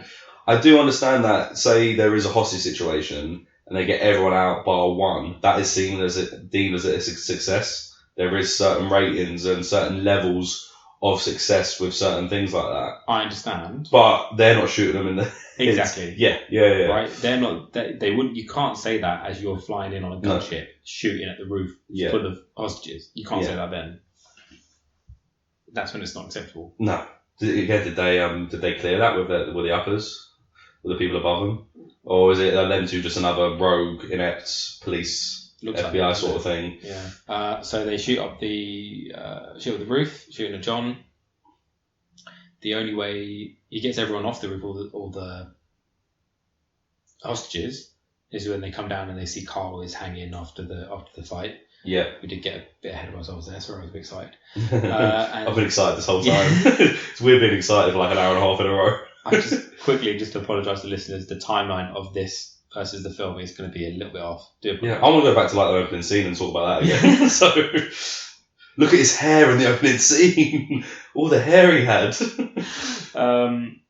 But so for John, the only way off the roof apparently is not to wait for the helicopter to pass and then run. It is to attach himself to this fire hose and then jump off the building. I'm okay with it. Don't be. You know what I'm not okay with? What? He only does a single knot. I would double and treble knot that thing around. Well, he hasn't got time to do that. But that is how many times should John McClane have died? Number 4. 5, I think now. What's 5? Well, it's 4 or 5. It's up there. That thing would have ripped him in half. He would have been dead. He would have crushed his insides from the weight of falling down. Secondly, if you're going to do something like that, you jump far, right? He didn't jump out. No. He didn't have much of a run up. He didn't jump far enough because the whole point is that you jump a good distance so that when whatever is holding you back will force you to swing, right? So you come back and go through the window. That's knowledge. I mean, that's general knowledge for how to jump from a building. Everybody knows that. Don't at me. He's not as quick thinking as you, Wayne. So you're saying I would have done better in the Die Hard situation? No, you would have died as soon as they walked in the room. You'd have just ended your life because you can't handle pressure. As soon as you saw that first gun, you'd have thrown yourself out the window. Okay. But you might have saved everyone because they would have known about it earlier. So okay, fair. In your own way, you would have been a hero. That's all I ever wanted. Splat. He basically, I'm a hero. He basically just jumped straight off the building. So what would have happened is when that thing caught and he went down, he would have just ripped his inside out. It would have hurt a lot. Yeah. But I've seen videos of people do jumps with just rope and they don't use bungee and stuff. So it's not as deadly as you might think. No, I know. And he doesn't fall 500 floors. He falls, I don't know, 20. You know what I mean? 20's a lot. Or 10. I don't know. Either way. Yeah, so he would have died there. It's a great scene, and it's something that has been harked back to by so many different films and TV. But it's... So this scene would have changed everything if the hostages would have just listened to him and got off the roof. Mm-hmm. He had to shoot his gun a lot. Then he had to jump off the roof and shoot his handgun to break the glass to get in. Mm-hmm. That's a lot of bullets he would have had for the final scene. Yeah? Yeah, he could have just gone in there, sprayed the place up, and then, hey, Holly, let's go. Yeah, that's a good point. Yeah. Mm-hmm. So he knows where he is. He knows where she is, sorry. And he makes his way down there. He is basically destroyed. Yeah. Right? Don't forget, he's a plastic bag. He's lost a lot of blood. He's going in. He's only got 3 bullets left, is it? 2 bullets. 2 bullets left, and there's 3 enemies. 3 people. Okay. knocks one of them out Yeah, with a machine gun. granted. But Mhm. rewind it quick. Yeah, go on. Yeah, go on. How on earth does he take those guns to his back? The gun to his back. How does he do it? Yeah, that's in my notes as well. It's impossible. And I'll tell you why it's impossible. If it was duct tape, It wasn't. that strong stuff, no, it was brown packing tape. packing tape. Or it was Christmas packing tape, but still. I tried this at work. Yeah. It doesn't work. There is no way that he has taped a gun to his back with that kind of tape. No. Guns are heavy. The guns are really heavy. Yeah. And not with like two strips at the bottom, 2 strips at the top. Yeah. If he had caked himself, maybe. Yeah. But it's right in the arch of his back as well. You can't reach that you can't like connect your arms there. Yeah. Easy enough to be able to do it. But the bit when he's walking in and he's like really slowly walking in, obviously because he's bleeding.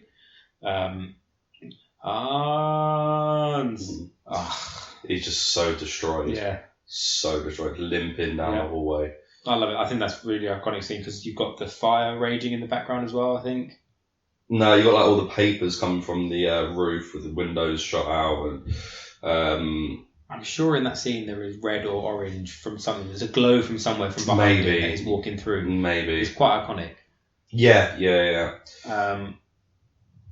And then obviously they have this little chat with Hans. And he starts laughing. Mm. Yeah. Yippee-Ki-Yay. Mother. I wish we could say the... Yeah. Starts laughing, distracts him. Han's just about to point at him when he pulls his gun. Mm-hmm. Shoots Han in the stomach first and the other guy straight in the middle of the forehead. Yeah. Great shot. It's at this sort of time in cinema, if you got shot in the head, it was always right in the middle. Yeah. You know what I mean? It was pretty much always right in the middle. You never see one just off centre. Yeah. Or one just near the temple or something. It's always right in the middle. Great shot. Yeah. I have to admit, when I was a kid, obviously my favourite film when I was a kid, I used to put like a little hoodie on and tuck like a fake gun in the back of my shirt and recreate these scenes. So I'd recreate me putting it, and every now and then I'd throw in a front row over my bed, something just to make me like a bit better. But literally on my own, not even with my brother, like being the other guy, on my own. You were trying to improve Die Hard on your own? Yeah. One ego. I didn't see it like that, but okay. One ego on you, eh? Mm. So then, we have one of our final scenes. Again, quite iconic. Again, it's been rehashed 1,000 times when Hans is hanging on to something that was previously mentioned in the film was Holly's Rolex. Yeah. It was a nice little flashback, I thought. Now you've just said that, I've only just ever made that connection. I thought it was a bracelet. No, it's the Rolex that they mentioned. Show her the watch. Yeah. Show him the watch. Yeah.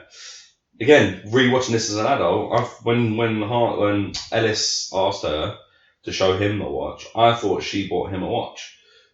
Again, rewatching as an adult, it comes out she got a bonus because she's so great. She got a Rolex. Mm-hmm. Yeah, but I've never made that connection that it was on her wrist.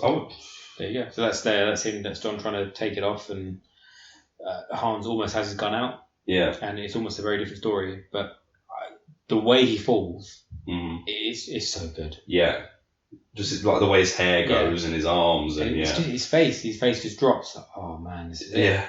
Yeah. I'd love to say something different, but I can't. I'll tell you what, Hans got a lot of upper body strength. One arm, left arm holding one wrist, and he's been shot. Yeah, and like a plastic bag, he's losing a lot of water. Yeah, I know, but it's in the middle, so he can't lose all of the water because he can use half the water. Yeah, the rest. But what if the fish comes out of the hole? Oh wait, was he on his side?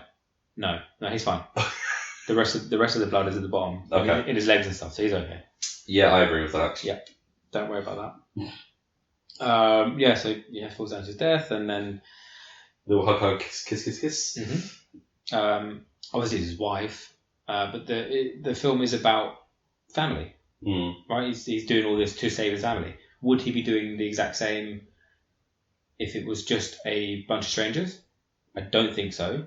I know he does a lot in future films for strangers. Well, even in the second one, she's on one of the planes. Right. So it's for her. That's the main thing to it. But I think what leads him in later films to do what he does and put himself in all this danger for strangers is because he's done it before for family. Yeah. You know what I mean? Yeah. I don't think there would be any... obviously it's what the creators make, but I don't think there'd be other films if something like this hadn't happened. You know what I mean? Mm-hmm. And it would only happen if it was for family. Yeah. He does say in other films, like the late, I think like 4, well, it is my job sort of thing. It's my job. But that's not a policeman's job, man. What he does is not a policeman's job. No, not at all. Right. And the guy. Yeah. Yeah. So we get downstairs and we have our little meet cute between the two lovers. I thought it was great. They just look at each other. It's ridiculous. They look at each other, they laugh, they hug. Through the crowd. I love John McClane's laugh. Through the crowd. Yeah, it's brilliant. Their eyes meet while everyone else is milling around. Neither of them know what the other one looks like. Okay? But their eyes meet. It's a nice little meet cute. It's something out of a John Hughes film. Yeah. The music's nice and romantic, and they have their little hug. And I'm just thinking, what's Holly? Well, I'm thinking, what's Holly thinking? Like, who the hell is this guy? Yeah. How do you know anyone here? Exactly. Yeah. And then she introduces herself. He said, "Oh, this is Holly Gennaro." Yeah. Actually, it's Holly McClane. And Yeah. if I was John McClane, I'd be like, Oh, now. so now you want to take my name? Push her away. Yeah. I'm done, love. Actually, this is Al McClane. This is my new partner. Plot twist. That'd be great. I love that. Things could have gone so differently because who gets up? Carl. It can't be Carl. He was hanged. He was hanging. He was still moving when we last saw him. He was still choking a bit. When the hostages were coming down. Yeah. Oh, no way, man. He was still... No way. That's ridiculous. There's no way that can be him because by the time the EMTs have got to get up to the 40th floor, get him down, bring him downstairs. He might have got himself down. Like, got himself off the thing, and then someone brought him down. I've never realised it was him. Of course it's really? him. Of course it's him. No, of course it's him, but Yeah. I've never put 2 and 2 together. The gun, he the was, long hair. He was hanged. Oh, that's ridiculous. Anyway, the point I'm making is that he could have accomplished what he wanted to do if he wasn't so damn dramatic. Yeah. If he'd just got up and shot, it would have been great. Yeah. But no, he had to get up and scream and everyone would go down. Mm. Why did all of these trained police officers... There are 4 million police officers there at that time. And they all ducked? And Al is the quickest one to draw. Yeah, Al. And he gets off 4 shots before Yeah. anyone does any. He should be riddled. This is the guy Yeah. that hasn't fired a shot in years because of what happened to him. And he's the only one that reacts. Everyone else ducks. That is not police training. No. That is the final bit of police ineptitude. Yeah. Actually, there's one more. What's the one more? There's one more. Because, I'm sorry, but there is no way that John McClane should be allowed to go home to his wife. He should be in hospital. Yep. Okay? He has a bag of water, or a bag of blood, and he's almost empty. And they just let him go off in the limousine. Yeah. Or even arrested. Yeah. Even arrested for what he's done. Yeah, of course Endangered, or even just damage to property you could do him on. Yeah. You know what I mean? What happened to the FBI agents? Did they die?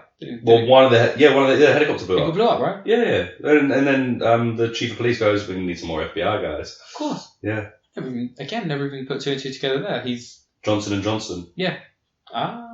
He's basically... Being wiped up. Yeah, he's killed 5 FBI agents. Yeah. Well, no, he didn't, but he needs to be questioned. Yeah, exactly. Or at least taken to the hospital, policeman there, and then or at questioned least, later. as you see in everything else, he just needs to sit in the back of an ambulance for a little while they do some blood tests. Yeah. And, I don't know, fix his feet and give him a new T-shirt. Yeah, give him some more fish water blood. It's a bit, it's a bit crazy that he was just goes carrying off. It's just an unrealistic ending. Yeah. But as it is, that is our ending. That is our ending. Ends in a nice Christmas song. Yeah.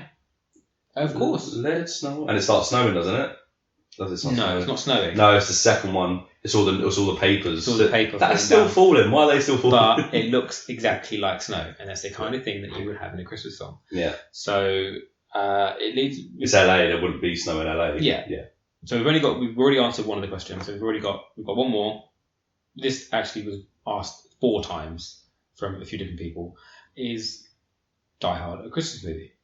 Most people are saying, can you settle the debate? Can you end it once and for all? Yes. Absolutely. 100%. Absolutely. I can't understand anyone who would say that it's not a Christmas movie. It just doesn't make sense. Yeah. I know it's got all of the makings of a Christmas movie. Mm-hmm. Okay? This is what I've gone on. I'm like, what makes a Christmas movie? Well, it's usually Christmas in the movie. Okay, so it's set at Christmas time. Yeah.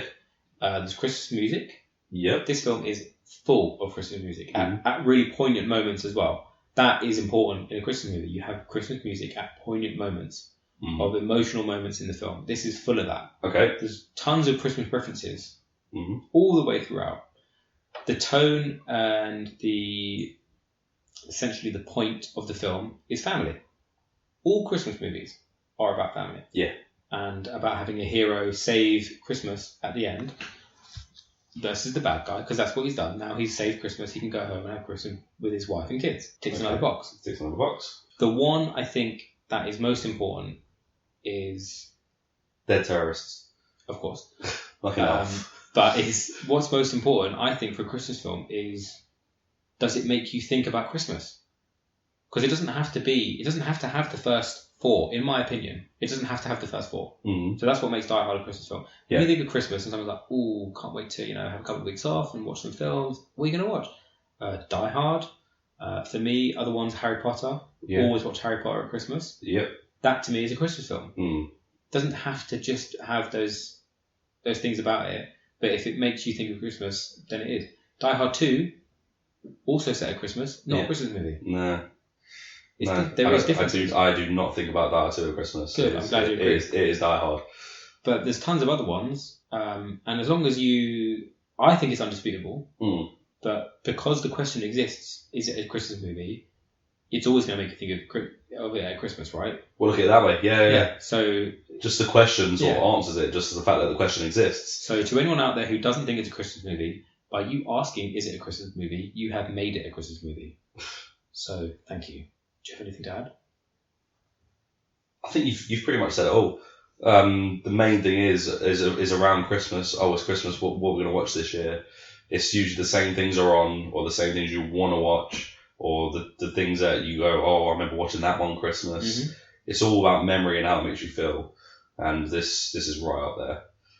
Definitely a Christmas movie. Good. And if you disagree, still keep liking and subscribing, but just be nice. Right? Don't hate us. Don't disagree with you. Didn't know what you were going to say there. Could have went a completely different way, didn't it? Well, you've heard it here, and as you know, our opinions are not opinions. Our opinions are fact when we agree. And that's it. Oh, we have one more question. Who do you think would play the modern day John McClane? The modern day? Yes, I'm guessing. Ooh! Who's this from? Anonymous. Okay.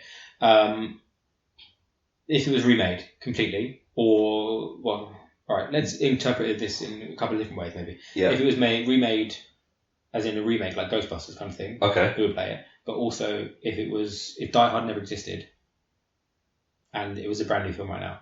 Right. Who's that bloke that's just been hired as Batman? Simon Patterson. Robert Pattinson. Too good. No. I wouldn't want him in the role. I'd say you might get the role, but I wouldn't want him in the role. Oh, really? Yeah. Who I would potentially want, but he doesn't do many action films. I just think he's a great actor. Is Zac Efron. What? Yeah, I think Zac Efron's a great actor. Okay. Bang him in the role. No. Younger. Yeah, bang him in the role. No, he's too good looking. Boy. He's too buff.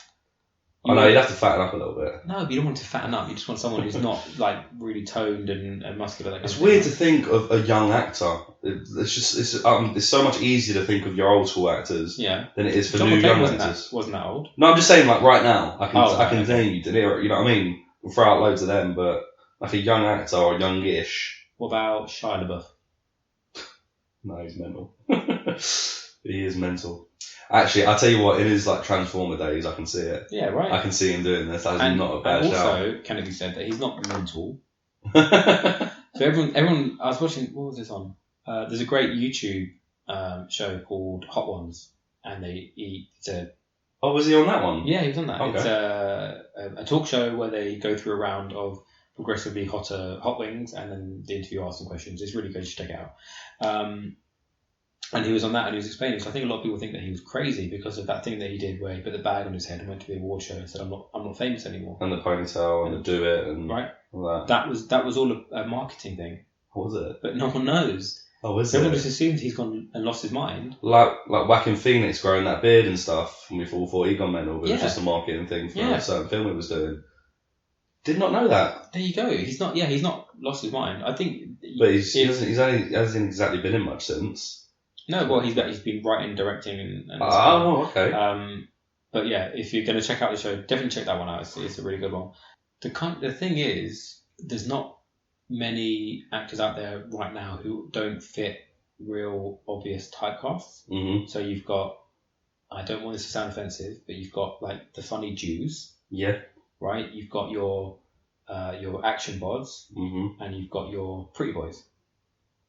Essentially, yeah. Do you know who'd be good in this? Michael B. Jordan. Again, I think he's probably too buff now, Yeah. but he wasn't always like that. He only got buff for certain movies. but then again, I think he's too young. Do you know who I think would be really good in it? Yeah, go on. Dax Shepard. Okay. Dax Shepard, I can see doing a remake. I love Dax Shepard. So do I. Interesting. Maybe a slightly funnier one then. Slightly funnier film. Yeah. Yeah. Oh, okay. There's Yeah. a kind of thing. And do you know who would also be really good? Because they could turn down with Ryan Reynolds. Be perfect. He can do action movies. He can do Breaking the Fourth Wall, obviously, like Deadpool. Yeah. That would actually be kind of cool. And he does a lot of films where he's the underdog. He's in situations over his head. Yeah. There you go. Okay. All right. I'll take both of them. I answered the question for you. Sorry. Adam Deacon. Who? He's the one who's in what's the film that's actually really like this? The comedy one with the three people in the hotel. Oh. I don't know the name of the film, but I know who you're talking about. Yeah. Yeah. That'd be a really funnier version, though. Yeah. It'd have to be. Well, that basically is this version. Yeah, okay. Right, well, that's it. That's questions and comments. So don't forget to get your questions and comments in for Die Hard 2 coming soon. Kind of all that's left to do, apart from one announcement, is to rate the film. I'm going to go first. Okay. Because I think you're just going to wax lyrical about how much you love the film, and no, I'm not. I'm just going to say a number and then be quiet. People can turn off after listening to me because they know what you're going to say. I am going to go with a 9 out of 10. Ooh, I won't expect you to go that high. There's, I know I ripped into it a little bit, a few inaccuracies every now and again, but there's really not much. We say it all the time. What happens in the film that's bad, that takes you out of the film, that makes you realise you're watching a film?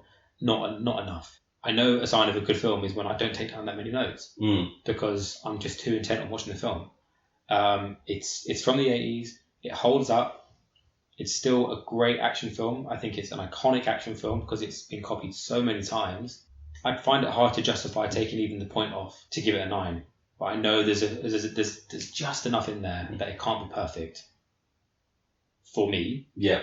And yeah, I'm happy. I think a 9 out of 10 is pretty spot on. Yeah. What about you? My head says 9. My heart says 10. My heart in the way that how this film has always made me feel since I was probably 3. Probably the first time I watched this. Wow.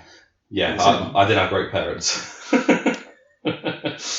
Yeah, probably 3 years old, 3 or 4 the first time I watched this, and I'm non-stop watching it pretty much for the last 25 years. It still holds up. I still quote it and enjoy quoting it, and don't get bored of knowing all the words. Like I said, there's not much wrong with it. There's really not. John McClane's a great character. It's Bruce Willis's favourite character, and that's for a reason. Bruce Willis is one of the highest paid actors in Hollywood. If this is his favourite character, it's a good character. I'm not going to go with 10 out of 10 though. As an adult now, I'm going to go with my head and the way I analyse films now. I'm going to go for that 9 out of 10. Oh wow, okay. I'm actually surprised. I thought it was going to straight away be a 10. I'm going 9 out of 10. It's not perfect. It's my own bias that's taking it up to 10, and how much I loved it as a kid and all my memories with it. Where I want to do this of what I think of the actual film. I like rewatching it and making notes about it. I've never made notes about this film. It's definitely 9, probably 9.5 close to, but I'm going to stick with 9. I love it. I'm so glad we're doing this, and I've had to rewatch this film because it's brought me back to a film I haven't watched in years. And I probably will. I'm going to make my missus watch this in the next few days. I've always said she has to watch it. I'm going to make sure this happens. Well, she keeps going out trying to get me to watch Dirty Dancing, which I've never seen. It's not that bad. So was it not that bad? No, it's fine. Okay, but yeah, she's not a big action or horror.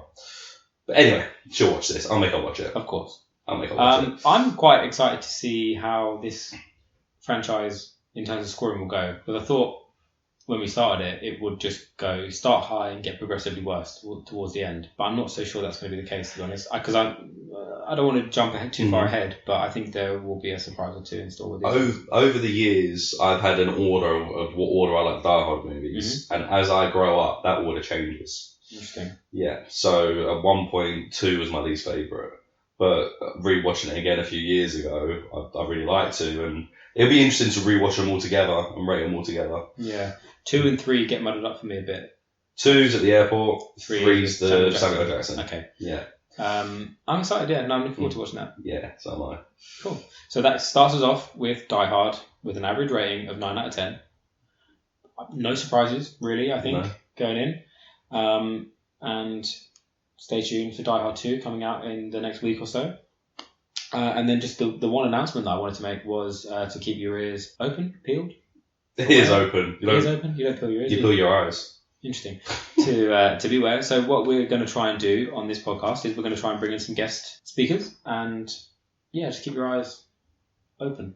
Do you want to try that again, mate? Yeah. What we're going to try and do on this podcast is bring in some guest speakers, so from friends and family of the pod, to come in and talk about also some of their favourite films. And we're going to get a nice different perspective for some people. Maybe they've only seen certain films for the first time and see what they think about it, watching a film from possibly the 80s or whenever.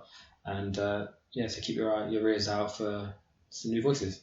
I'm looking forward to that. Actually getting someone else's in-depth perception of a film. Because you and me are quite on par with most of our films. So it'd be interesting to get someone else. And we could actually probably have an argument with them. Or, yeah, can't wait. Yeah, spirited debate, we'll call it. Yeah. Okay, that's it. That's it. Thank you, everyone, for listening. Don't forget to like, subscribe, share, head over to iTunes, give us the podcast a 5-star review. You know it helps the podcast grow. We've seen some great reviews on there. Thank you, everyone who has done so far. We still need all that help. So anything you see on social media, we really appreciate all the shares, getting us out there, getting us more lovely listeners like you. Very lovely people. Until next time, I've been Wayne. And I've been Charlie. Thank you. Good night.